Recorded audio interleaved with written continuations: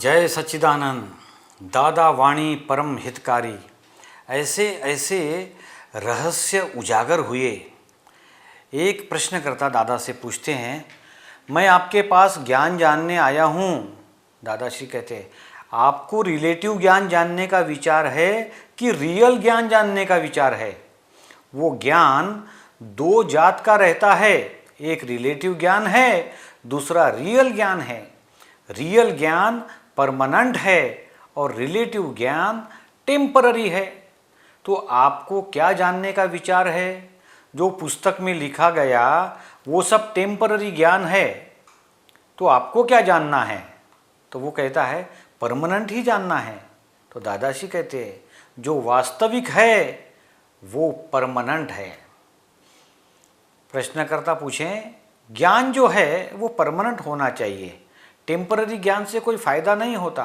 तो दादाश्री कहते हैं, आखा वर्ल्ड में टेम्पररी ज्ञान ही चलता है।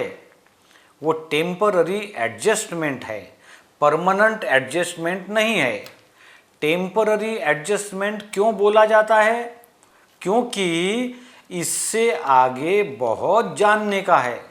संसार चलाने के लिए टेम्पररी ज्ञान है, मगर वास्तविकता में जगत क्या है, भगवान क्या है, जगत कौन चलाता है, कैसे चलता है, ये सब रियल ज्ञान जानना चाहिए, वास्तविक जानना चाहिए।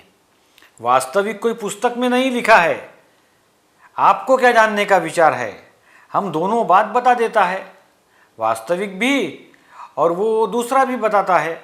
तो प्रश्नकर्ता कहता है, जो लिखा है वो तो बहुत कुछ जान चुका हूँ। तो दादाश्री कहते हैं, आप लिखेला सब जान चुका है, मगर लिखेला है वो जानने में कुछ फायदा नहीं होता। वो सब टेम्पररी ज्ञान है। आपने नक्की किया कि दूसरों के साथ झूठ नहीं बोलने का, सच्चा ही बोलने का है। सब जगह पे लिखा है कि सच बोलना, मगर झूठ तो बोलना ही पड़ता है, क्योंकि वो टेम्पररी ज्ञान है। और परमानेंट ज्ञान जान लेवे तो फिर वो झूठ बोल ही नहीं सकता। परमानेंट ज्ञान तो खुद क्रियाकारी है। जो मैं बोलता हूँ वो कभी पुस्तक में पढ़ा नहीं, कभी सुना नहीं, ऐसी बात बोलता हूँ, मगर है वास्तविक। आपका आत्मा कबूल करेगा। तो प्रश्नकर्ता कहता है, मैं यही चाहता हूँ। दादाश्री आगे कहते हैं, ये सब लोग जानता है कि वो प्राकृत ज्ञान जानता है। सच्चा ज्ञान की बात इसमें नहीं है, ये सब प्राकृत ज्ञान है। आत्मज्ञान चाहिता है तो बोलने का कि आत्मज्ञान की बात में हम कुछ जानता नहीं है, ऐसा भाव होना चाहिए। नहीं तो ईगोइज्म होता है कि मैं कुछ जानता हूँ। प्रकृति इनको चलाती है और ये बोलता है कि मैं चलाता हूँ, ऐसी इनको भ्रांति है। धर्म भी प्रकृति कराती है और बोलता है कि मैं धर्म करता हूँ। तप करता है वो प्रकृति कराती है, त्याग करता है वो प्रकृति कराती है, चोरी करता है वो प्रकृति कराती है।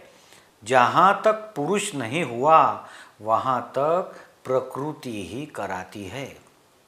और पुरुष हो जावे तो काम हो गया। ज्ञानी पुरुष की कृपा से पुरुष और प्रकृति जुदा हो जाता है।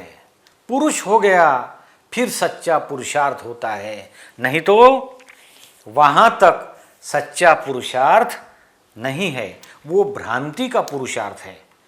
सब बोलता है कि आत्मज्ञान करो, मगर जहाँ तक आत्मज्ञान नहीं मिलता वहाँ तक प्रकृति ज्ञान का अभ्यास करो, उसको जानो। ये बॉडी में जो मैकेनिकल पार्ट्स है वो सब प्रकृति है, इसमें कुछ करने की ज़रूरत नहीं है। जैसे ये दाढ़ी के बाल बढ़ते हैं ने, पुरुष धर्म समझना चाहिए और प्रकृति का धर्म भी समझना चाहिए। प्रकृति धर्म संसार चलाने के लिए समझना चाहिए और मोक्ष में जाने के लिए पुरुष धर्म समझना चाहिए। रियल बात एक दफ़े करो तो फिर सब पजल सॉल्व हो जाता है। भगवान को पहचान करने के लिए एक रीत नहीं है और दूसरी कितनी भी रीत है।